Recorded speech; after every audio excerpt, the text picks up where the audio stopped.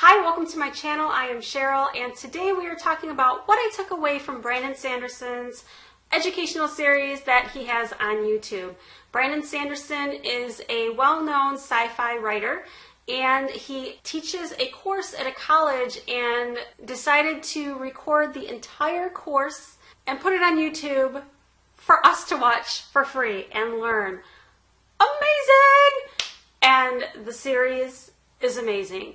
So I strongly suggest, if you are interested in writing, that you definitely watch the entire series. I got so much from that. He teaches how to even come up with story ideas and how to plot and how to build worlds and how to build characters and how characters interact with each other and fight scenes and just climax, and all the way to the end of how to get published, how to find an agent. He touches on independent publishing. Is that the word? Yeah, I think so. Yeah, independent publishing. Why does that sound so weird? Anyway, he touches on that, but from beginning to end on how to do a book, it's there. So it is great information. So today I'm going to try to make this short and cover what I took away from that series that I felt was most important. But all of it's important. So that is what we're going to be covering today. And without further ado, let's get to Brandon Sanderson.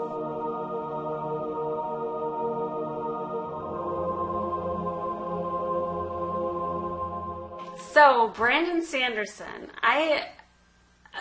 the series is amazing, and I'm so glad I stumbled upon it. Today's focus is going to be world building because he is a sci-fi writer and he builds worlds, and I think, who better to learn from than Brandon Sanderson. So, that's going to be our focus, but before we get to that, I do want to touch on his brainstorming. For any of you that are having a hard time coming up with a story idea, I think it's kind of cool. Me personally, my story ideas just kind of come to me usually from music or kind of what if situations. Holy cow, what if something happened? I don't know, what if that guy's head fell off right now? That's typically where I get my ideas from. Sometimes from photos, like if I see a photo, it'll just instantly give me a story. So I haven't used this brainstorming yet, but I think it's great. I think it's a really good idea for people who may have a hard time coming up with stories. And so what he did was, he has different columns, and you're supposed to put 5 to 10 ideas in each column. And the columns are settings, where the story is going to take place. Magic, the type of magic that's going to happen there, and then plot hooks, the main theme of the story, I guess. So he says, you can use different story ideas that have already been done, just not overdone. So, for example, if I were to fill one out, I would use The Crow because it's one of my favorite stories, and so then the plot hook would be somebody comes back from the dead. And then you have a fourth column for characters. You want the gender and the age, and then you would have a fifth column for an occupation for that character. So you're going to have 5 to 10 different ideas in each of those columns, and that's going to be your story selection board. So you're going to pick one out of each column and get your story going. And he said if you're writing adult, to try to stay away from silly, you want the story to make sense, obviously. So I just wanted to give you that before we got going on the world building, because I don't know, I thought that was pretty helpful. So another thing that he says is to practice your writing so you learn what is right and learn what is not. And eventually it becomes instinctual. I think that's great advice. How can you get better if you don't write, right? That's why I love writing. I write flash fiction, and I think that where I could use some help, and I've definitely gotten so much better, and I'm sure I can still get better, is the first couple sentences of a story. I used to just start wherever I wanted to start, and it wasn't attention grabbing, and then, I learned that, okay, the first couple sentences are pretty important. So whenever I write my flash fiction pieces, I practice. I do my best at getting the best first sentences there, and then I practice my sentences too. So practice. Whatever you need to do to practice your writing, get practicing. You can only get better. Okay, where do we start with the world building? So he says during the building of the world, your reader should have a basic understanding of how the world works by chapter 2, by the end of chapter 2.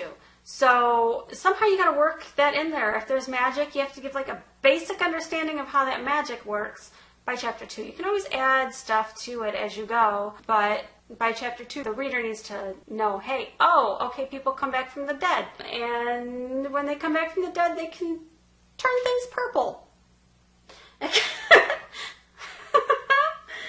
Oh. Characters are the most important part of your story.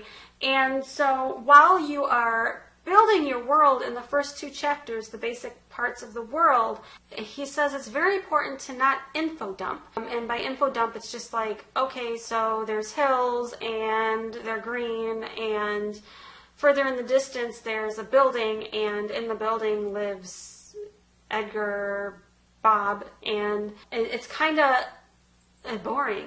So instead of doing that, you would have your character going through the hills, and she's going up and down in the hills, and she sees that it's green, and it reminds her of the grass back when she was a kid. And so instead of just saying that, the character seeing it or experiencing it, feeling it, smelling it, whatever, the character is pushing it forward. So further about info dumping, he says definitely you should try to never info dump in your story. Always have your characters pushing it along. But if there is a situation that you have to info dump, definitely do not do it in the first few chapters. And if you do it, find a creative way to do it.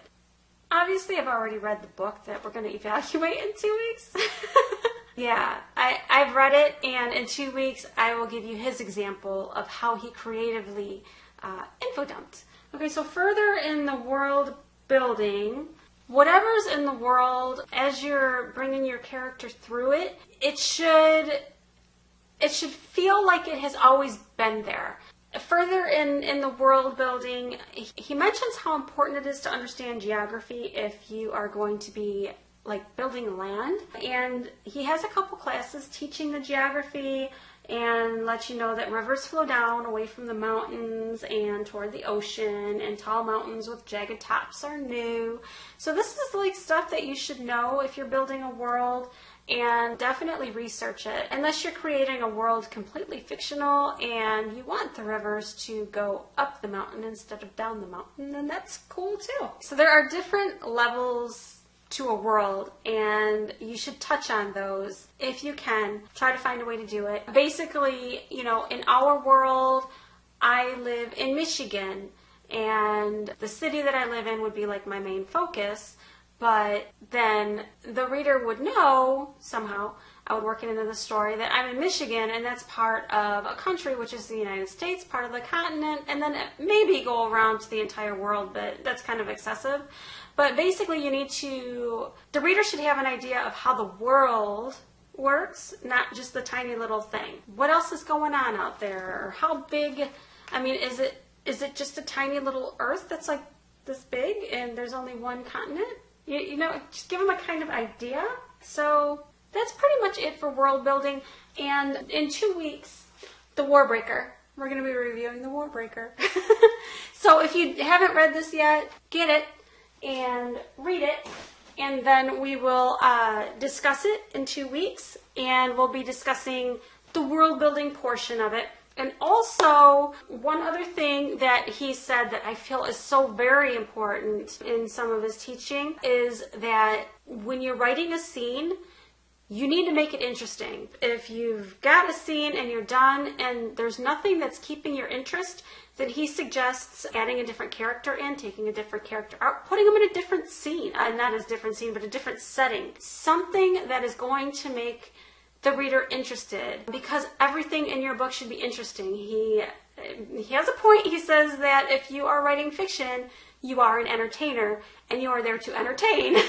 So everything you do should be entertaining. So when we review his book in 2 weeks, pick out some areas of his book that you feel that he did something or other to, he maybe did something or other to purposely make it more entertaining. Pull some of those things out so that you can comment below on the video in 2 weeks and let me know what you think he did to make the scene better. So next week I will be doing a reader's review without spoilers of The Warbreaker, and then the week after we will be doing the writer's review with spoilers, and looking forward to doing that. So I hope to see you guys soon. Bye.